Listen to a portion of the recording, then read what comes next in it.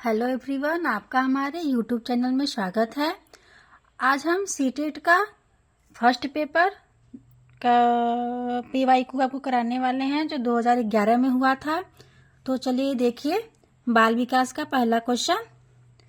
शिक्षा के क्षेत्र में पाठ्यचर्या शब्दावली ... की ओर संकेत करती है। इसके 4 ऑप्शन। पहला, शिक्षण पद्धति एवं पढ़ाई जाने वाली विषय वस्तु। दूसरा, विद्यालय का संपूर्ण कार्यक्रम जिसमें विद्यार्थी प्रतिदिन अनुभव प्राप्त करते हैं। और तीसरा है मूल्यांकन प्रक्रिया। चौथा, कक्षा में प्रयुक्त की जाने वाली पाठ्य सामग्री। तो इसका आंसर होगा दूसरा, विद्यालय का संपूर्ण कार्यक्रम जिसमें विद्यार्थी प्रतिदिन अनुभव प्राप्त करते हैं। ये पाठ्यचर्या की ओर संकेत करते हैं। ठीक, चलिए दूसरा क्वेश्चन देखें क्या है।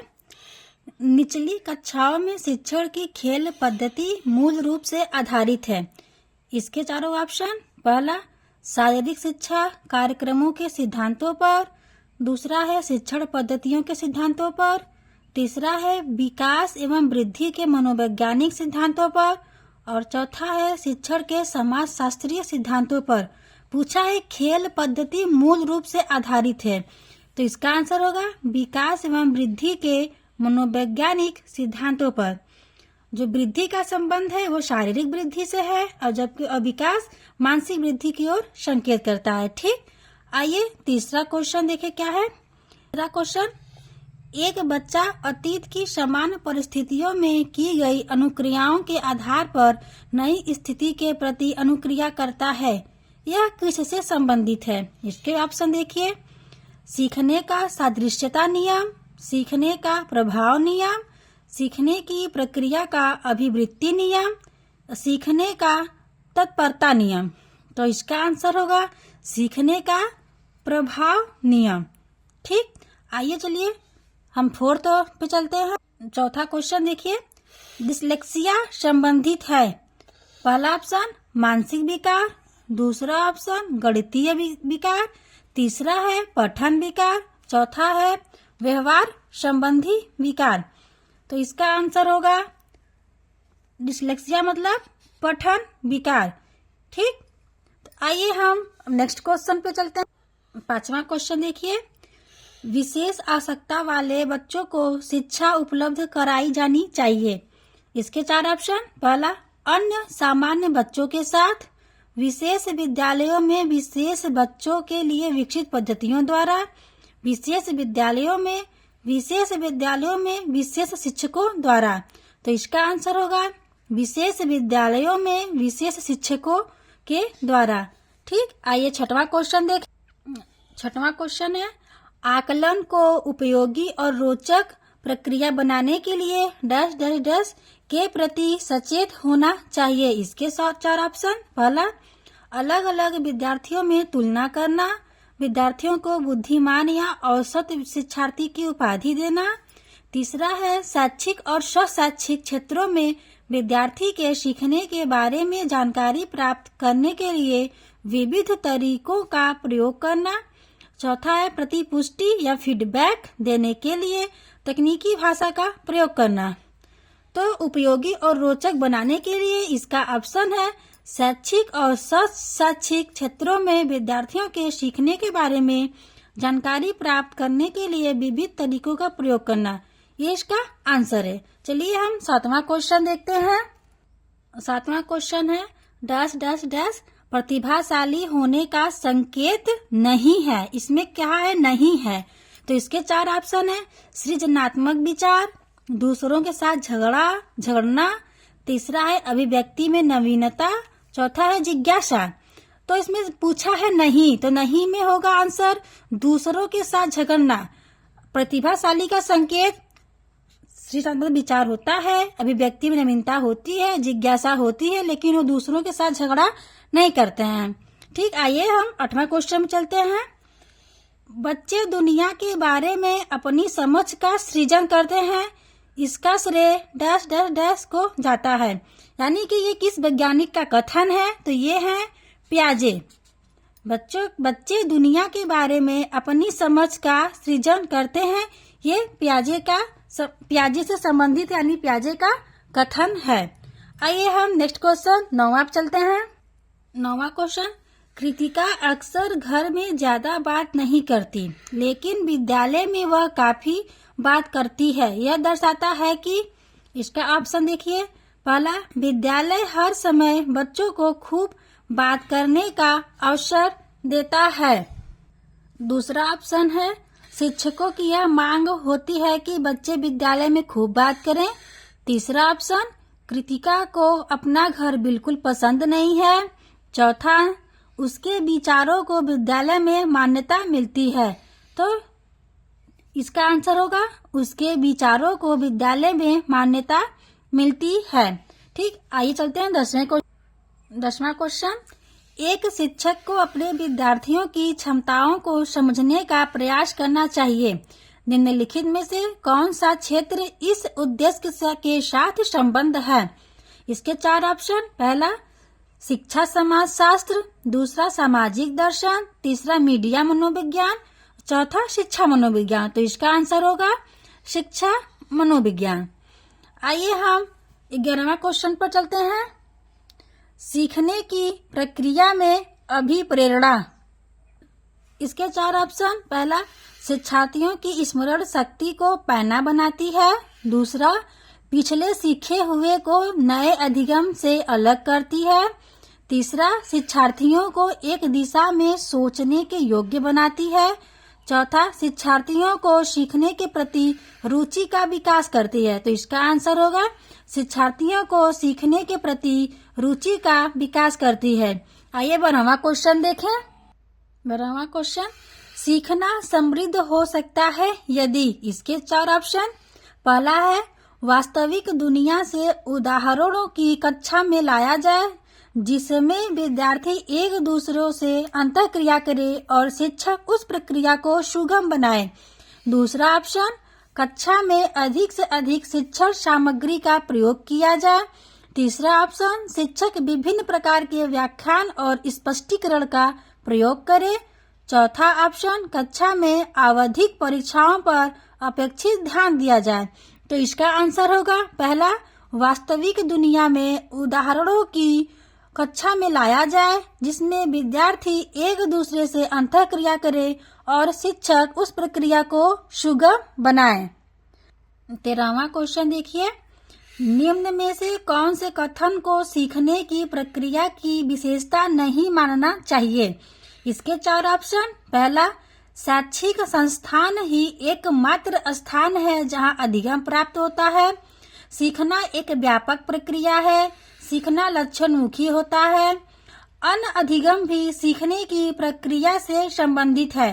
तो इसमें पूछा है कि विशेषता नहीं है, तो जिसमें हम एकमात्र शब्द है तो यही विशेषता नहीं है। तो इसका आंसर होगा पहला, शैक्षिक संस्थान ही एकमात्र संस्थान है जहां अधिगम प्राप्त होता है। चलिए हम 14वां क्वेश्चन देखते हैं। 5वीं कक्षा के दृष्टिबाधित विद्यार्थी। इसके 4 ऑप्शन। पहला, को निचले स्तर के कार्य करने की छूट मिलनी चाहिए। दूसरा, को माता पिता और मित्रों द्वारा उसे दैनिक कार्यों को रोकने में सहायता की जानी चाहिए। तीसरा, के साथ कक्षा में सामान्य रूप से व्यवहार किया जाना चाहिए और श्रव्य सीडी के माध्यम से सहायता उपलब्ध कराई जानी चाहिए। चौथा, के साथ कक्षा में विशेष व्यवहार किया जाना चाहिए।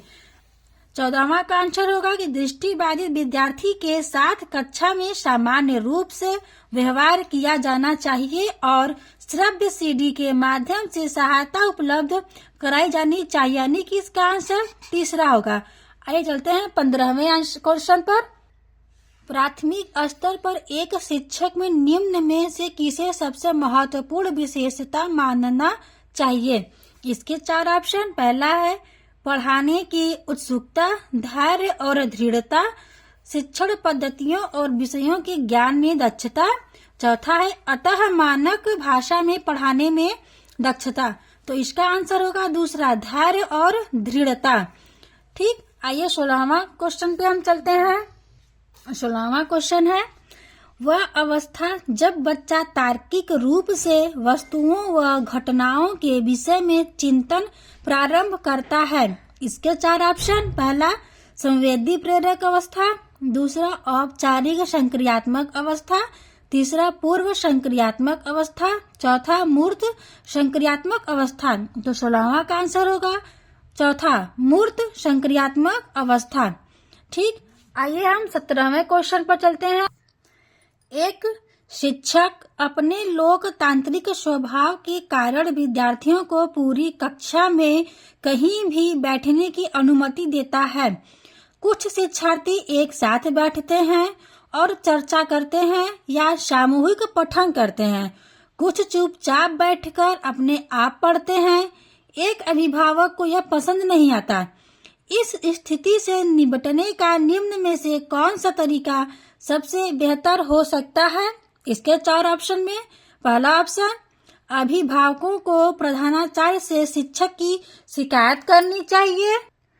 दूसरा ऑप्शन, अभिभावकों को प्रधानाचार्य से अनुरोध करना चाहिए कि वे उनके बच्चे का अनुभाग बदल दें।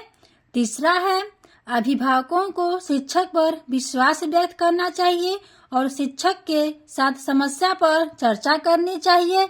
चौथा है, अभिभावकों को उस विद्यालय से अपने बच्चे को निकाल लेना चाहिए। तो इसका आंसर होगा तीसरा, अभिभावकों को शिक्षक पर विश्वास व्यक्त करना चाहिए और शिक्षक के साथ समस्या पर चर्चा करनी चाहिए। आइए हम 18वां क्वेश्चन पर चलते हैं। देखिए 18वां क्वेश्चन, सीखने के अंतर्दृष्टि सिद्धांत को किसने बढ़ावा दिया? इसके 4 ऑप्शन। पहला, गेस्टाल्ट सिद्धांतवादी। दूसरा, पावलोव। तीसरा, जीन पियाजे। चौथा, वाइगॉट्स्की। तो इसका पहला आंसर होगा गेस्टाल्ट सिद्धांतवादी, यानी सीखने के अंतर्दृष्टि सिद्धांत गेस्टाल्टवाद का सिद्धांत है। अब हम चलते हैं 19वें क्वेश्चन पर। बच्चों के बौद्धिक विकास की 4 विशिष्ट अवस्थाओं की पहचान की गई। इसके 4 ऑप्शन, कोहलबर्ग द्वारा, एरिक्सन द्वारा, स्किनर द्वारा, पियाजे द्वारा। यानी कि बच्चे के बौद्धिक विकास की 4 अवस्थाओं पियाजे द्वारा दिया गया है। तो इसका आंसर होगा पियाजे द्वारा। ठीक, आइए हम 20वें क्वेश्चन पर चलते हैं। आइए देखें 20वां क्वेश्चन, निम्नलिखित में से किस अवस्था में बच्चे अपने समवयस्क समूह के सक्रिय सदस्य हो जाते हैं? इसके 4 ऑप्शन। पहला, किशोरावस्था। दूसरा, प्रौढ़ावस्था। तीसरा, पूर्व बाल्यावस्था। चौथा, बाल्यावस्था। यानी कि समूह के सक्रिय सदस्य ये किशोरावस्था का है। ठीक, आइए हम 21वें क्वेश्चन पर चलते हैं। बच्चों के सीखने की प्रक्रिया में माता पिता को डैश डैश डैश भूमिका निभानी चाहिए। इसके 4 ऑप्शन। पहला, नकारात्मक। दूसरा, अग्रोन्मुखी। तीसरा, सहानुभूतिपूर्ण। चौथा है तटस्थ।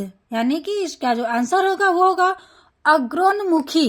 21वें का आंसर दूसरा होगा। ठीक, आइए हम 22वें क्वेश्चन पर चलते हैं। विकास कभी न समाप्त होने वाली प्रक्रिया है। यह विचार किससे संबंधित है? इसके 4 ऑप्शन। पहला, अंतः संबंध का सिद्धांत। दूसरा, निरंतरता का सिद्धांत। तीसरा, एकीकरण का सिद्धांत। चौथा है अंतः क्रिया का सिद्धांत। यानी कि विकास कभी न समाप्त होने वाली प्रक्रिया है, यह निरंतरता का सिद्धांत है। यानी कि इसका दूसरा क्वेश्चन आंसर होगा निरंतरता का सिद्धांत। ठीक, आइए हम 23वें क्वेश्चन पर चलते हैं। देखिए ये क्वेश्चन, वह कौन सा स्थान है जहां बच्चे के संज्ञानात्मक विकास को सबसे बेहतर तरीके से परिभाषित किया जा सकता है? इसके 4 ऑप्शन। पहला, खेल का मैदान। दूसरा, विद्यालय एवं कक्षा पर्यावरण। तीसरा, सभागार। चौथा, घर। तो इसका आंसर होगा दूसरा, विद्यालय एवं कक्षा पर्यावरण। आइए 24वां क्वेश्चन देखिए। निम्न में से कौन सा बुद्धिमान बच्चे का लक्षण नहीं है?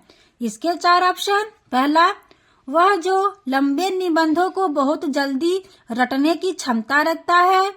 वह जो प्रवाहपूर्ण एवं उचित तरीके से संप्रेषण करने की क्षमता रखता है, वह जो अमूर्त रूप से सोचता रहता है, वह जो नए परिवेश में स्वयं को समायोजित कर सकता है।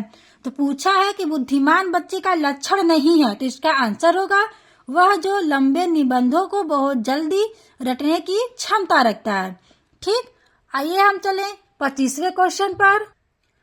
25वां क्वेश्चन है डैश डैश डैश को एक अभिप्रेरित शिक्षण का संकेतक माना जाता है। इसके 4 ऑप्शन। पहला, कक्षा में अधिकतम उपस्थिति। दूसरा, शिक्षक द्वारा दिया गया उपचारात्मक कार्य। तीसरा, विद्यार्थियों द्वारा प्रश्न पूछना। चौथा, कक्षा में एकदम खामोशी। तो इसका आंसर होगा तीसरा, विद्यार्थियों द्वारा प्रश्न पूछना। ये अभिप्रेरित शिक्षण का संकेत माना जाता है। ठीक, आइए हम चलते हैं 26वें क्वेश्चन पर। निम्न में से कौन सा बच्चे की सामाजिक मनोवैज्ञानिक आवश्यकताओं के साथ संबद्ध नहीं है? इसके 4 ऑप्शन। पहला, सामाजिक अनुमोदन अथवा सराहना की आवश्यकता। दूसरा, संवेगात्मक सुरक्षा की आवश्यकता। तीसरा, शरीर से अपशिष्ट पदार्थों का नियमित रूप से बाहर निकलना। चौथा, सानिध्य या संगति की आवश्यकता। तो इसका आंसर होगा तीसरा, शरीर से अपशिष्ट पदार्थों का नियमित रूप से बाहर निकलना। चलिए हम 27वें क्वेश्चन पर चलते हैं। 27वां क्वेश्चन है मन का मानचित्रण संबंधित है। इसके 4 ऑप्शन। पहला, बोध या समझ बढ़ाने की तकनीक से। दूसरा, साहसिक कार्यों की क्रिया योजना से। तीसरा, मन का चित्र बनाने से। चौथा, मन की क्रियाशीलता पर अनुसंधान से। तो इसका आंसर होगा मन की क्रियाशीलता पर अनुसंधान से। चौथा इसका ऑप्शन आंसर होगा। ठीक, आइए चलते हैं हम 28वें क्वेश्चन पर। देखिए, विशेष रूप से प्राथमिक स्तर पर विद्यार्थियों की सीखने संबंधी समस्याओं को संबोधित करने का सबसे बेहतर तरीका है। इसके 4 ऑप्शन। पहला, अक्षमता के अनुरूप विभिन्न शिक्षण पद्धतियों का प्रयोग करना। दूसरा, महंगी और चमकदार सहायक सामग्री का प्रयोग करना। तीसरा, सरल और रोचक सहायक सामग्री का प्रयोग करना। चौथा, कहानी कथन पद्धति का प्रयोग करना। तो इसका आंसर होगा पहला, अक्षमता के अनुरूप विभिन्न शिक्षण पद्धति का प्रयोग करना। आइए देखें हम 29वां क्वेश्चन क्या है। पियाजे के अनुसार निम्नलिखित में से कौन सी अवस्था में बच्चा अमूर्त संकल्पनाओं के विषय में तार्किक चिंतन करना आरंभ करता है? इसका 4 ऑप्शन। पहला, मूर्त संक्रियात्मक अवस्था, जिसमें 7 से 11 वर्ष के बच्चे आते हैं। दूसरा, औपचारिक संक्रियात्मक अवस्था, जो 11 वर्ष एवं इसके ऊपर तक आते हैं। तीसरा, संवेदी प्रेरक अवस्था, जो जन्म से 2 वर्ष के बीच में आते हैं। चौथा, पूर्व संक्रियात्मक अवस्था, जो 2 से 7 वर्ष के बीच में जो बच्चे आते हैं। तो इसका आंसर होगा औपचारिक संक्रियात्मक अवस्था, यानी कि 11 वर्ष और इसके ऊपर वाले बच्चे। ठीक, आइए हम 30वां क्वेश्चन देखें कौन सा है। निम्न में से कौन सा शिक्षार्थियों में सृजनात्मकता का पोषण करता है? इसके 4 ऑप्शन। पहला, अच्छी शिक्षा के व्यावहारिक मूल्यों के लिए विद्यार्थियों का शिक्षण। दूसरा, प्रत्येक शिक्षार्थी की अंतर्जात प्रतिभाओं का पोषण करने एवं प्रश्न करने के अवसर उपलब्ध कराना। तीसरा, विद्यालयी जीवन के प्रारंभ से उपलब्धि के लक्ष्यों पर बल देना। चौथा, परीक्षा में अच्छे अंकों के लिए विद्यार्थियों की कोचिंग करना। तो सृजनात्मकता का पोषण करती है। इसका आंसर होगा दूसरा, प्रत्येक शिक्षार्थी की अंतर्जात प्रतिभाओं का पोषण करने एवं प्रश्न करने के अवसर उपलब्ध कराना। तो ये सीटेट 2011 का CDP का पूरा 30 क्वेश्चन है, जिसे आप लोग देख लीजिएगा। ठीक।